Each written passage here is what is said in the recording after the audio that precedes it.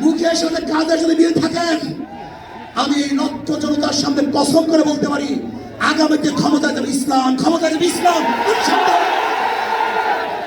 জাতীয় নির্বাচনের আগে স্থানীয় নির্বাচন ও সাংবিধানিক সংস্কারের দাবিতে রাজধানীর সোহরাওয়ার্দী উদ্যানে শনিবার বড় সমাবেশ করে ইসলামী আন্দোলন বাংলাদেশ।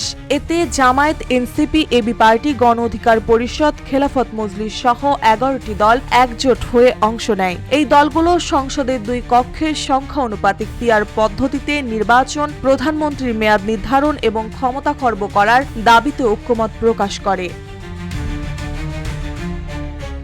সমাবেশে জাতীয় হিন্দু মহাজোট ও বাংলাদেশ খ্রিস্টান অ্যাসোসিয়েশনের উপস্থিতি সম্প্রীতির বার্তা দিলেও মূল রাজনৈতিক বার্তা ছিল বিএনপিকে পাশ কাটিয়ে একটি বিকল্প রাজনৈতিক মঞ্চ গড়ে তোলার চেষ্টা।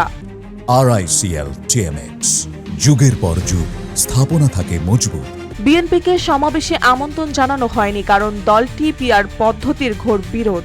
বিএনপি স্থায়ী কমিটির সদস্য সালাউদ্দিন আহমেদ এই পদ্ধতিকে অবাস্তব বলে আখ্যা দিয়ে বলেন, এটি নির্বাচনী প্রক্রিয়া বিলম্বিত বা বানচাল করার অপচেষ্টা।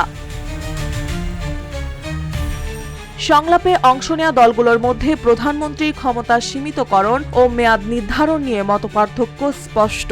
জামায়াত, এনসিপি, ইসলামী আন্দোলন সহ অধিকাংশ দল এই সংস্কারের পক্ষে হলেও বিএনপি বলছে এতে কার্যকর রাষ্ট্র পরিচালনা ব্যাহত হতে পারে। তবে দলটি শর্ত সাপেক্ষে প্রধানমন্ত্রীর মেয়াদ 10 বছরে নির্ধারণে রাজি। অন্যদিকে বিএনপি সহ 12 দলীয় জোট ও আরও কয়েকটি দল সরকারের প্রস্তাবিত নিয়োগ কমিটিকেও মানতে রাজি নয়।